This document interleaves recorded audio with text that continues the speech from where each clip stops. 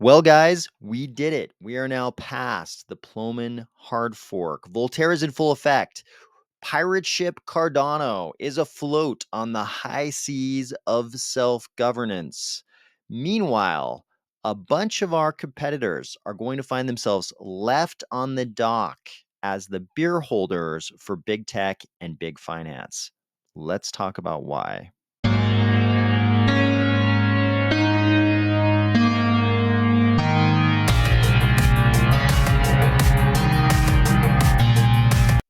If you don't ever want to find yourself acting as someone else's beer holder, or if you're finding value in these videos, please consider delegating to the Army of Spies DRep address and the Army of Spies stake pool, ticker AOS.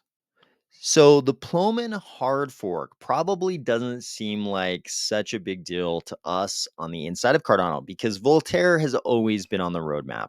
Probably since the very first time you heard of Cardano, for most people, Voltaire was already on the roadmap. Maybe there's some super early Cardano adopter who's going to say, "I was I was there in Japan when Charles hatched the idea for Cardano. Good for you if you were that early."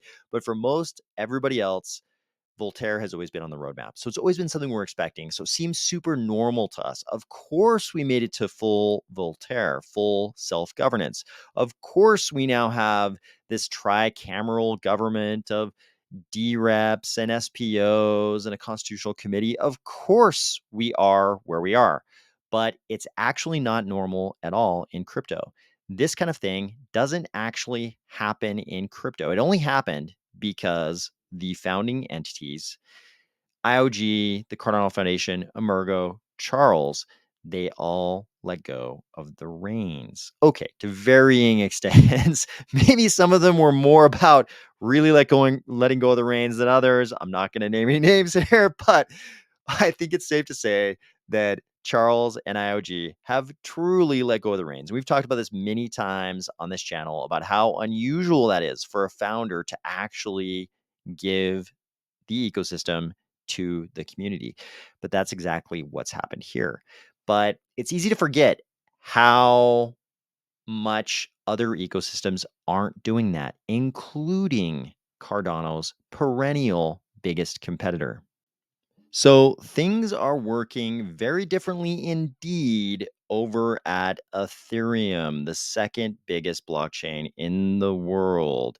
And just to drive this point home, instead of just reading you this tweet, I got in touch with our friend Vitamin and asked him to read you his own tweet and explain exactly what's going on here into the CCTV camera I keep in his living room. He asked me only to use the audio, but here we go. Hey guys, Vitamin here, still living my best life. So, what happened was a bunch of dudes didn't like one of the people on the Ethereum Foundation, and they didn't understand. And here's where I'm going to start reading my tweet. They didn't understand. No, this is not how this game works. The person deciding the new EF leadership team is me.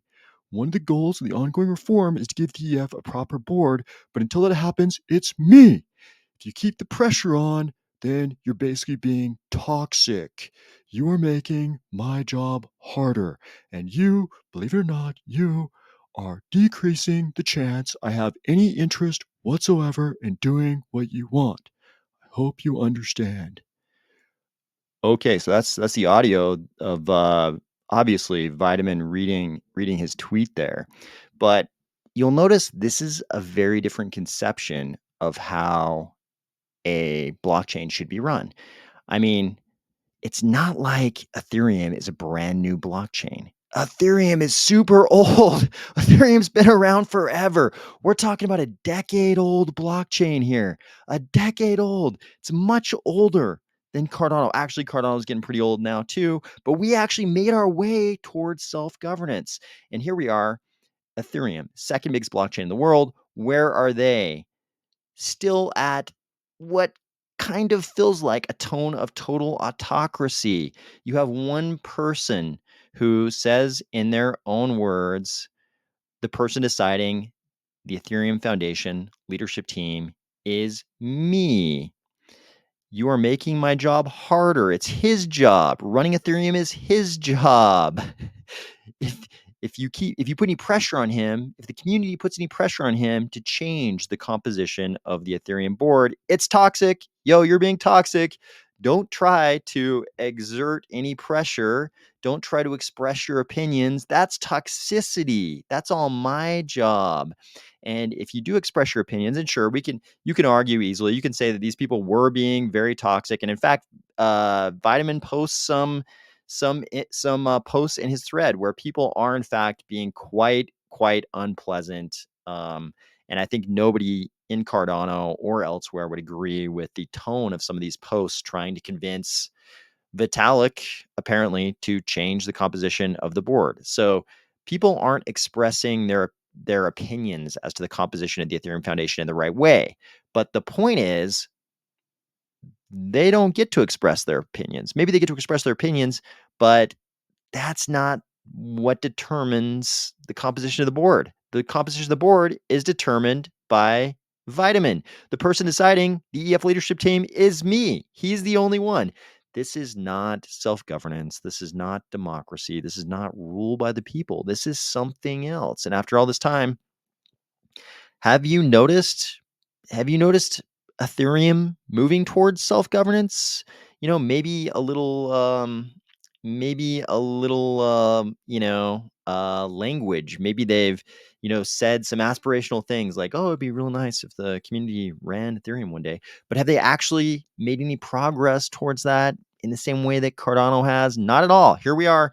Ethereum is much older than Cardano, and still it's this kind of pure autocracy thing. Vitamin is telling you he determines who leads the Ethereum Foundation. It's his job. And if you express your opinion about that in the wrong way, it just decreases any interest he has in listening to you. Sure, you could argue maybe he's right. Maybe these guys uh, asking for this person to be removed, maybe they are evil, unpleasant guys and they've got all the wrong intentions and their motivations are all wrong. That's very possible. But the point is, the framework is not that the community gets to decide. The framework is that the founder gets to decide. And unfortunately, this is kind of how most of crypto works. What Cardano is doing is not normal at all. This is extremely abnormal. And this is going to affect more than just some hurt feelings among the community, like might be the case here. It's going to affect a lot more than that. So don't get me wrong here. I'm not siding with those guys who may have said vile things about a member of the Ethereum Foundation. I'm sure Vitamin was totally warranted to kind of lash out at those individuals who may have said very, very unpleasant things. However, it does give us a glimpse behind the curtain at how things are really working in the second biggest blockchain. And that's that we have autocracy. We have one person who is the grand emperor running everything, deciding all the big decisions. And that is not decentralization. The problem with that is that decentralization is the only real differentiator in crypto. If you are a non decentralized blockchain, you run a very heavy risk of becoming a beer holder for centralized big tech and big finance. Because let's face it, they can do centralization much better than any blockchain can. So, what exactly am I saying here? I'm saying that ecosystems focused on everything but decentralization will eventually find big finance, big tech dominating those other metrics they love to bandy about right now. This whole narrative, look at our total value locked, look at our TVL, look at our active daily users, never mind our decentralization. That whole narrative goes to zero once big finance, big tech care enough about crypto and are unbound enough by regulations to jump wholeheartedly into crypto. So those are two elements. Once they care enough and once they're unbound enough by regulation. We already know they're interested enough. They already care enough. Listen to the things that Larry Fink and BlackRock have been saying about crypto for the last year. They're all about it. On the finance side, it's only a matter of being unshackled from regulation. On the tech side, same thing. Remember Zuckerberg 6 years ago, his Diem cryptocurrency? He would already have an utterly dominant position in crypto if not for being stopped by Washington and the EU 6 years ago. 6 years ago, Zuckerberg cared enough to go head on, headlong into crypto. He was going to create and open up the biggest crypto ecosystem the world has ever seen, but Washington and the EU stopped him. Remember, they had him come before Congress, testifying before Congress. I'm sure that was very nerve wracking. They sent a very strong message. They weren't going to let it happen. That was 6 years ago, but 6 years is a long time. What happens now that we have an administration in Washington that's very pro crypto? The last 4 years, we had an administration that was unbelievably anti crypto. They were as anti crypto as you could possibly be in a stealth manner without outright saying, we hate crypto. They might as well have just painted, we hate crypto on the side of the White House. And this wasn't just one individual. This was I believe, a product of sort of the compromise that Biden had to make with parties like the Dragon. So that, as we've discussed on this channel many times, she got to appoint a lot of her own lackeys as the domestic economic policy staff inside the White House. We've talked about that enough. We don't need to jump back in that. That's in the past. But now we've got a pro crypto administration. You know who the czar of crypto and AI, and I agree with a lot of the people in crypto who've said this makes no sense. A, David Sachs is probably not the right pick for the crypto czar, and B, crypto and AI are both way too important to have one person overseeing policy in both of those realms. But we do have David Sachs as the AI/crypto czar right now. Do you really think he's going to tell Larry Fink or Zuckerberg no, given their ambitions in crypto? The dude was literally an angel investor in Facebook. He was an angel investor in Facebook. Do you think he's now going to go to Zuckerberg and say, I, as the crypto czar, am going to tell you, a person whose company I was an angel investor in, no, as to your crypto ambitions? I don't believe that's what's going to happen. And the problem for a lot of these non decentralized crypto ecosystems is that Facebook, Apple, these big financial organizations, they're going to scoff at your daily active users. And when they think about TVL, they're just going to say, hold my beer for like 90 seconds while we triple your TVL in a matter, you know, in a fraction of the time it took you to build that TVL. Facebook, Apple, these organizations, their platforms are so gigantic. Their reach is so huge. Their number of users are so enormous. The kinds of TVL we talk about in crypto, the numbers of users we talk about, these things are a joke to these organizations. Do you think they're not going to jump in when the White House is saying, let's make the US a global hub for crypto? Let's be the global capital for crypto. Let's be the epicenter of crypto. Do you think they're then going to turn around and tell Facebook, no, Facebook, not you, no, Apple, not you, no, Larry Fink, you can't be involved in crypto, just everybody else? That's not the way this is probably going to go down. And there is some level of organizational inertia, bureaucratic inertia. It's going to take a while for things to ramp up.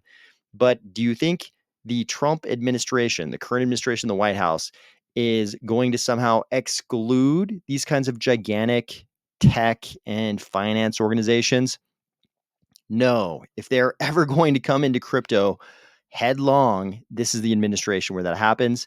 And that's going to mark big, big trouble for crypto ecosystems that aren't decentralized. What I mean by that is the one thing Mark Zuckerberg, Larry Fink, all these organizations, they can immediately destroy any crypto ecosystem in terms of most of the metrics those ecosystems talk about, except for the one they don't like to talk about, which is decentralization. That's the one thing Facebook can't do. That's the one thing BlackRock can't do. Apple can't do. These are big centralized corporations. They just by their essence can't do the decentralization thing. That's our only moat. In crypto, that's the moat. The moat in crypto is decentralization. That's the only thing that's going to hold back this corpo avalanche, this corpo onslaught. If you haven't optimized for decentralization, guess what? Facebook and all these other gigantic entities, they can outperform you on all those other metrics. Those other metrics you're so proud of, those are a joke compared to what these giant corporate entities are going to do once they're allowed to. And they will do it even if it just adds another 3% of revenue. They would do it as an experiment and still dwarf what you're doing because you didn't focus on the only thing that differentiates us in crypto. That's decentralization. When I posted this thread, some people got confused and thought I was saying the only thing that differentiates Cardano is decentralization. That's not what I meant. The only thing that differentiates all of crypto is decentralization. The reason why actors in crypto have optimized for some of these other metrics is because the people who can destroy them in those metrics weren't allowed to be in crypto. The federal government in the US and the EU stopped Zuckerberg from coming into crypto. They straight up put up a roadblock and stopped him. Do you think that's going to happen going forward? Because it sure looks like we're living in a different world in terms of who can really kill it in those other metrics. But the one thing that hasn't changed is that decentralization is something so far only crypto can do. And in Cardano, we've optimized for that while others pushed it aside. So never forget Cardano is the best. And to keep Cardano in that number one best blockchain ecosystem place, we need to pass this constitution. If you don't know anything about the constitution, you can see everything that's going on at gov.tools. You go to this governance actions tab and you can see the Cardano constitution that is currently up for a vote. If you click on this button, you can see how the vote is looking. Right now it's 69.45% yes, 4.4% no. Then we got some abstain and a bunch that have not voted. So the ratification threshold is 75%. We were a little bit over 70 earlier. It looks like tonight we've kind of jumped down to 69%. And I believe we're going to jump back up, at least by a tiny bit, because I am going to vote yes on this Constitution. I'm going to vote to ratify the Constitution as a DRep. And the reason I'm going to do that is because this is a good starting place. When I first heard of Cardano and I first heard that Voltaire was going to be a thing in Cardano, self governance, I was a little worried. I'm not going to lie. I was a little bit worried because it's very, very easy for crypto ecosystems to screw up the governance thing. It's very easy for them to be overly ambitious, not really understand how governance works, not really understand how politics works, and just put some idealistic thing in place that's never going to work. We've seen this happen with large blockchain ecosystems, at least ones that were large at the time, like EOS. They did at the time the biggest IPO ever. I think it was like something like 4 billion or something crazy like that. And they had this crazy governance system with off-chain, jurisprudence happening. There were like arbiters off-chain, all this stuff that as soon as I read it, I knew it would never work. Immediately I knew this was not going to work. And sure enough, nobody talks about EOS anymore. Nobody talks about it, even though it was a gigantic IPO. So I was a little bit afraid when I first heard that Cardano, this is years ago, way back in the day, when I first heard that Cardano was going to take a stab at self governance. And then we finally got to the point where Cardano, the ecosystem, the community, IOG, everybody involved started working on it, and we started seeing the first drafts. And I was surprised. I was surprised because a huge amount of effort was put into the whole governance thing by Charles and IOG, and they had people just working on this and people that really understood something about governance. Is this is this Cardano self-governance? Is this constitution, this first draft of a constitution and of self-governance, is this going to be perfect? Not at all. Are we going to find big problems? Yes, we are. Is there going to be lots of conflict and crying and name calling and ugliness and politics and backstabbing and even corruption? All those things are going to happen. This is governance. All those things coincide with governance always. There are going to be corrupt DReps. Yes, there are. I promise. Will we know about it? Who knows? Will we even know? I don't know. But this is a pretty good starting point for governance. This could be about 1,000 times worse, and it could be better, but it could also be 1,000 times worse. And I think this is a very, very, very good starting place. It's the system we're setting up that really matters. Are we going to have to amend it? Of course we are. Think about documents like the US Constitution. They could have done a lot of great things with the US Constitution. They did some great things, but they didn't do other things that would have been wonderful. Like they could have freed the slaves. They could have said, hey, no slavery. They didn't do that at all. So we had to fight this gigantic bloody war that killed a gigantic number of people and tore a nation apart and horrible, horrible events to end this horrible practice. They could have done that in the Constitution, and who knows, maybe the Constitution wouldn't have passed. We wouldn't have had a United States like we ended up with. Maybe the South would have seceded then and the Civil War would have happened right then. Who knows? Now we're talking about alternative history. No one really knows what would have happened. But what I'm trying to point out is that no constitution that's ever been passed has been perfect. It's just a starting point, and then you have to amend it from there on out. And I think the important thing is that any constitution establishes self-governance, is a living document that can be changed and can be changed at the will of the people. And I think this Constitution meets the mark on all those things. Are there some sections, when I go through the sections of this Constitution, are there sections I look at and I'm like, this is not written the right way. They should have slightly changed this. They should have used this word instead of that word. I can see how people are going to misinterpret this part. Of course, any document I read is always going to be like that. Any document in this genre of documents, I'm always going to find sections I will disagree with, as will you, as will every single person. Are the things that aren't quite perfect? Of course. But for all of us who weren't at those meetings, at those working groups, drafting the text, we don't really get to complain about that now because we weren't willing to go to those workshops and put in the work and have the arguments and the discussions and fight for the wording we wanted, all those things. This is the Constitution we've got. And you know what? It's actually pretty good.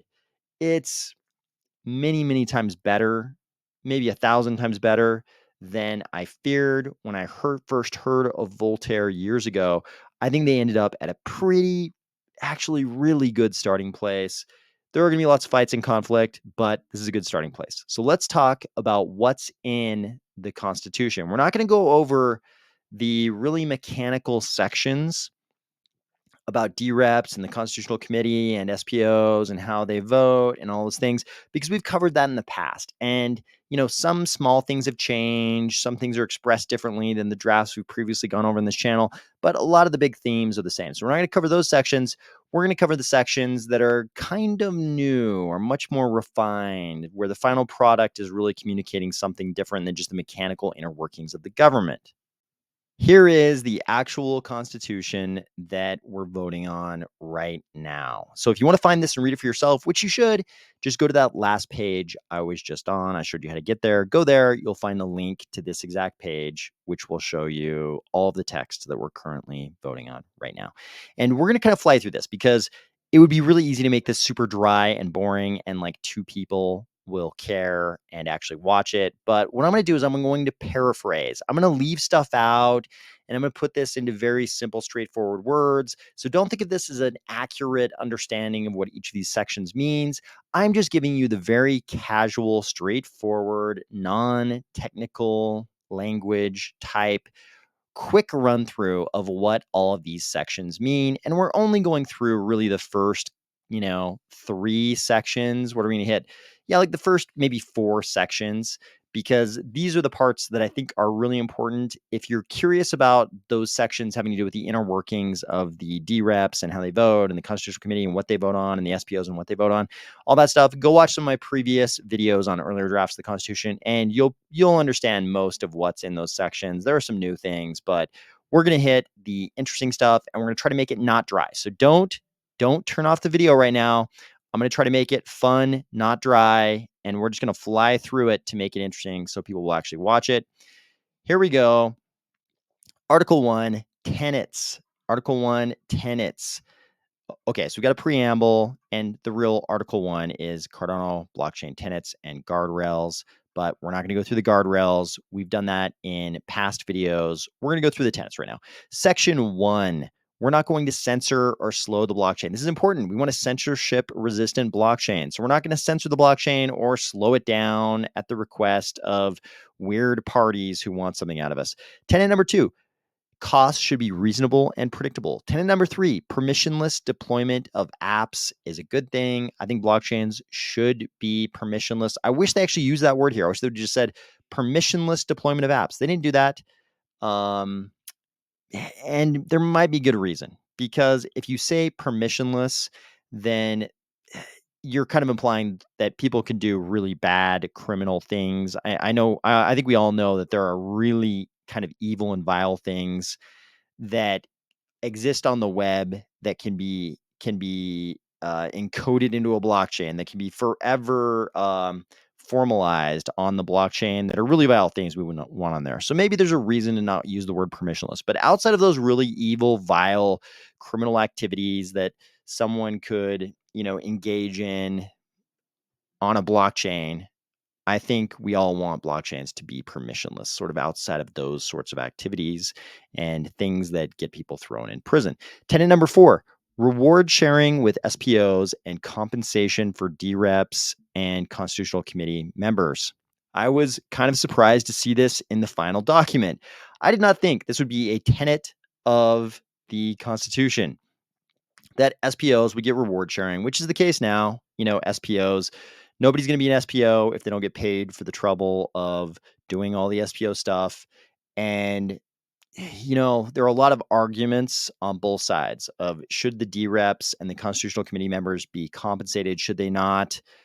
I am a DRep myself, and I'm also an SPO, so I won't come down. I think it is necessary to have reward sharing to get people to be SPOs. Is the only reason we've hit the level of decentralization we have. No one would want to do it if there wasn't reward sharing for being an SPO. The compensation for the DReps and the Constitutional Committee members, I didn't think this would be something that would show up in the Constitution. I was kind of surprised to see it there. I'm a DRep myself, so I'm biased. Like you can't reliably, you know, you can't reliably let the members of Congress set their own pay, because they'll be giving themselves raises every single year. This is in fact what happens, and they don't do it every year. But if you just let people, sort of name their own salary, then they will gladly give themselves very high salaries. So there's a chance for a little abuse there. The other side of that is, would people be willing to be good DReps, good Constitutional Committee members, if there's zero compensation? Because it really does take some time out to do these kind of things. Like, just to understand the Constitution, it takes some time. You got to take some time away from, what you'd normally be doing, whether that is, your real job, your real paying job. Could you really pay enough attention to be a good DRep?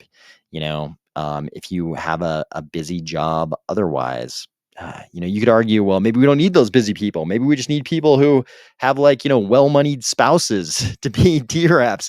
I don't think that's really what we want. But anyways, whether you like it or not, or I like it or not, the text potential compensation for DReps and Constitutional Committee members does show up in tenet number 4. Tenet number 5, no locking of value or data without consent. I'm very glad to see this here. This one is not controversial to me. The last one I think is going to be a little controversial for some people. This one, Less controversial, no locking of value. We don't want to freeze people's accounts. This goes to censorship resistant.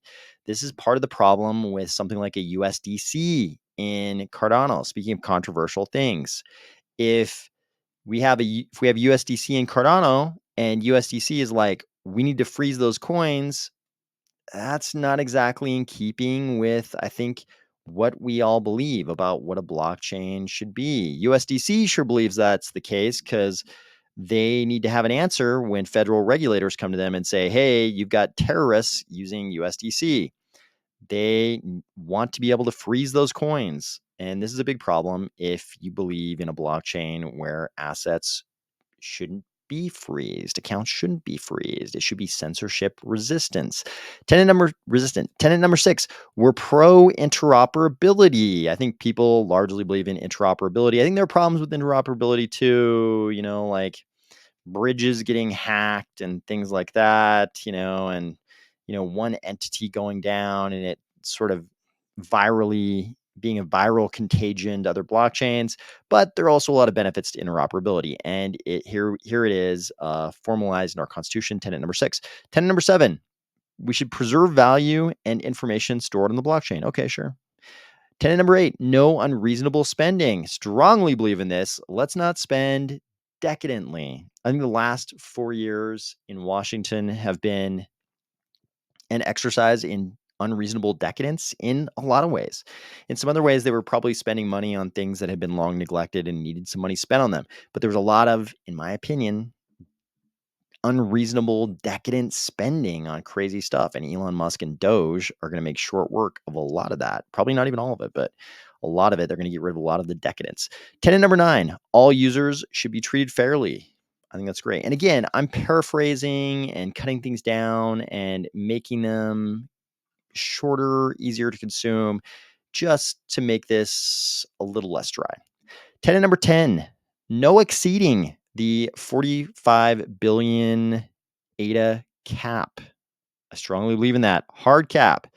You people who are always talking about, you know, uh, getting rid of the hard cap. I don't think there's very many in Cardano, but in other blockchains, there are definitely other blockchains that strongly believe in this. I believe strongly in the hard cap. There's a reason Bitcoin is the hardest money ever created, because it has that 21 million cap, and it's like strongly a part of the culture of Bitcoin. And this $45 billion cap, 45 billion ADA cap is strongly a part of ADA's Cardano's culture as well. Section 2 of Article 1 basically says we have guardrails the blockchain must operate within. We can change them through an on-chain governance action. And later on, there'll be a whole section on the actual guardrails, which we're not going to go into in this video. Article 2, Cardano community. Section 1, everybody in Cardano, holders, developers, maintainers, supporters, everybody is entitled to the privileges and protections of the Constitution. Love it. Section 2, ADA holders get to participate in governance. Love it. I wouldn't be here if they didn't. Section 3, we have to operate and maintain the blockchain and ecosystem and resolve disputes fairly. Sounds good. Section 4, we're going to try to build dApps. We're going to try to support the maintaining and building of dApps on the Cardano blockchain. They actually use the word applications. Fair enough. dApps are just a type of applications. Article 3. Article 3, governance. Section 1, decentralized governance and on-chain voting. Again, I wouldn't be here if this was not a part of Cardano's long-term plan. Section 2, there are going to be DReps, stake pool operators, and constitutional committee members. Great. Section 3, ADA holders can vote and propose changes and authorize or withhold authorization for third-party custodians to vote for them. Why do we have to do this? Because Binance and Coinbase and Kraken are going to end up being the custodian for a lot of Cardano. And we want Cardano holders to be able to withhold authorization for Brian Armstrong to vote all that ADA. So far, we're not running into big problems with that yet. Who knows? Maybe one day we will. Section 4, info actions. Info actions are a thing. They're basically temp checks. We already know what they are because we voted on some of them. We've already had some. Section 5, there's a certain format for governance actions to promote transparency. You can't just like publish a podcast and say, hey, everybody, vote yes or no. There's a certain format that promotes transparency and ease of consumption of what's actually being voted on. Section 6, we have to create and maintain off-chain governance processes to promote awareness and debate. I think Cardano is already pretty good at debate. I think aspirationally, this is true. Sure, we should create and maintain off-chain governance processes. Yeah, we should promote awareness and debate. Definitely. Is this going to happen anyways, regardless? Yeah, probably. I think this is a good idea. Maybe it's I think there may have been a better way to express this, to express exactly what the drafters were getting at here. This is not the strongest section in the whole Constitution, but good enough. There's nothing, I don't think there's anything wrong with it. Article 4, the budget. This is going to be something we're going to intensely be debating in the public space in Cardano. I think we can look forward to much bickering and fighting over this, but let's go through the actual Article 4, Section 1, starting with Section 1. Any participant can propose a budget anytime. And earlier on in this Constitution, they said a participant is basically anybody in Cardano, builders, developers, ADA holders. Those are kind of like roughly the participants. So you can propose a budget anytime. We can have one budget or multiple. The treasury, of course, will be used to affect budgets. It wouldn't be much of a budget if there was no treasury to provide the money for the budget. There's got to be money behind that, and that is the Cardano treasury, and that's why there will be so much bickering and fighting over who gets what. Governance is really, I've said this before on this channel, governance is the process of determining who gets what. There will always be winners and losers, and they will fight. The losers will always fight whatever governance process is making them a loser. That's governance. Budget will use smart contracts and oversight of use of treasury funds by administrators. That's section 2. Section 3, there's a net change limit that will be applicable to the treasury at any given time. Section 4, any governance action that asks for ADA must allocate some of the ADA to audit and oversight. There will also be dispute resolution provisions and contractual obligations related to treasury withdrawal. Section 5, administrators must hold treasury withdrawals in segregated accounts that can be audited, not delegated to an SPO, and delegated to the auto abstain DRep. That makes sense. We don't want administrators of treasury withdrawals just throwing the delegation over their favorite SPO. That wouldn't be fair, and there'd be like competition for that. It just creates a terrible power dynamic.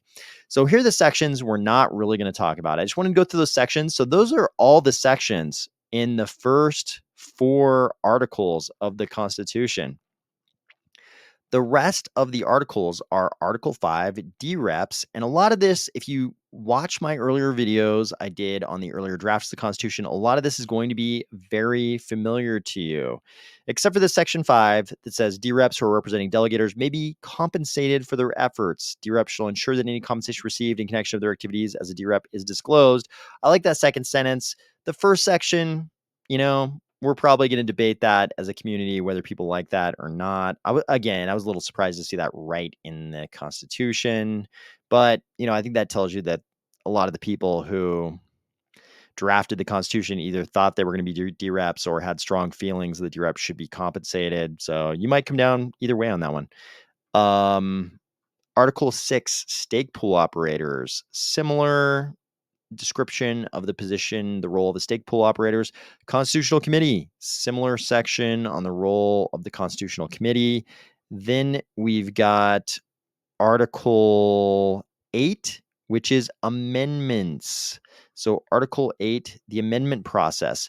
Probably the important thing to know here is that Section 2 currently sets a 65% of active voting stake threshold for amendments. That's probably the big thing. If you want to remember one thing from that section, that's probably the big one. Then we've got Appendix 1, the actual guardrails. We've gone through this in a previous video on a previous draft of this document. We're not going to go through it today. Then we've got Appendix 2, which is supporting guidance. And I have a feeling when they drafted the supporting guidance section, sorry, it's clear to hear the guardrails are long. You can see right now why we're not going through them. You would be asleep about 3 minutes into the guardrails. Okay, maybe 1 minute, you would be asleep. And then we've got supporting guidance. And I have a feeling what they were thinking here was, hey, let's create like the Federalist Papers. Let's do the Federalist Papers, which was 85 articles written to, kind of convince everybody to ratify the US Constitution. So this is not 85 different articles. This is 1, 2, 3, 4, 5, 6, 7 paragraphs. It's much shorter. And there's some like aspirational stuff in here, like this. The Cardano community recognizes that it must be remembered that this is this is funny. The Cardano community recognizes that it must be remembered. I think we probably just could have gone with the Cardano community recognizes there. But again, I was not at the workshop, so I don't really have any right to criticize their verbiage. The Cardano community recognizes that this is not a constitution for only a blockchain, but rather a constitution for a blockchain ecosystem, a much more ambitious endeavor. So this is, a good idea. Does this really communicate very much?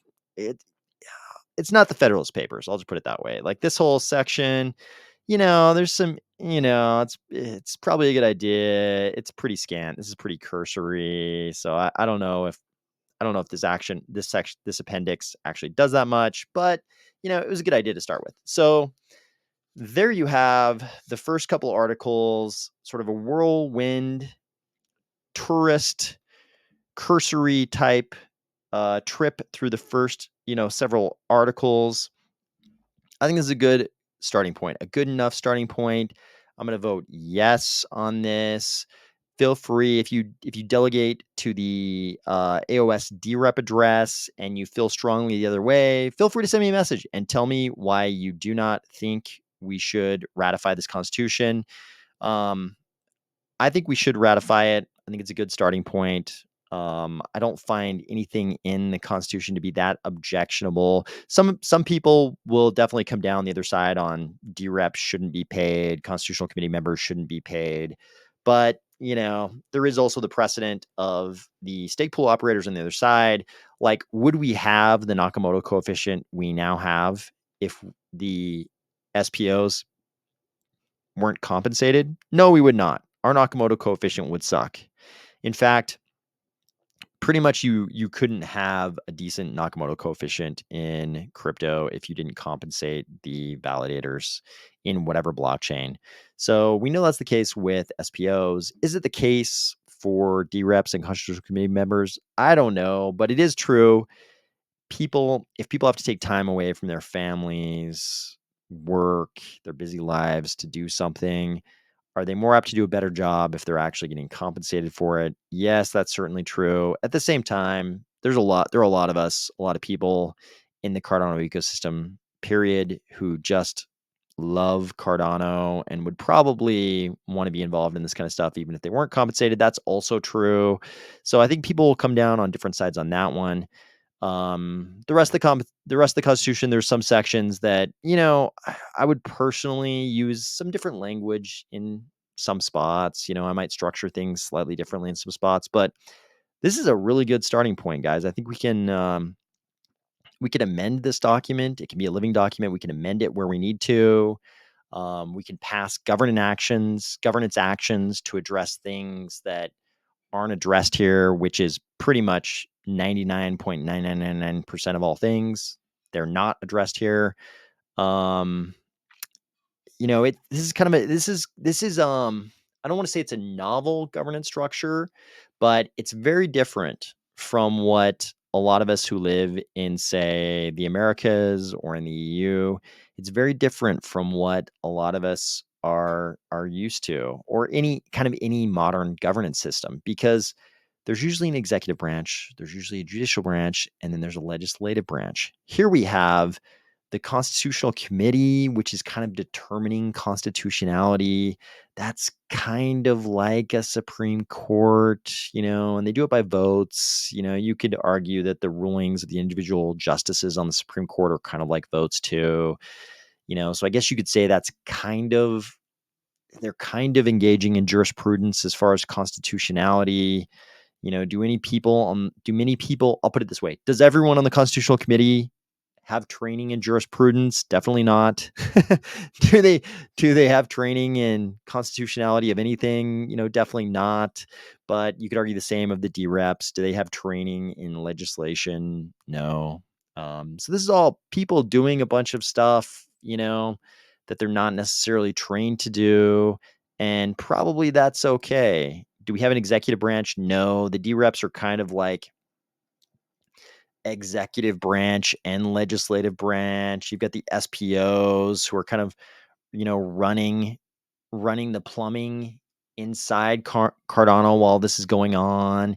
Then you've got Intersect, which is like one possible bureaucracy we could give money to sort of execute on all the things a bureaucracy would in a government.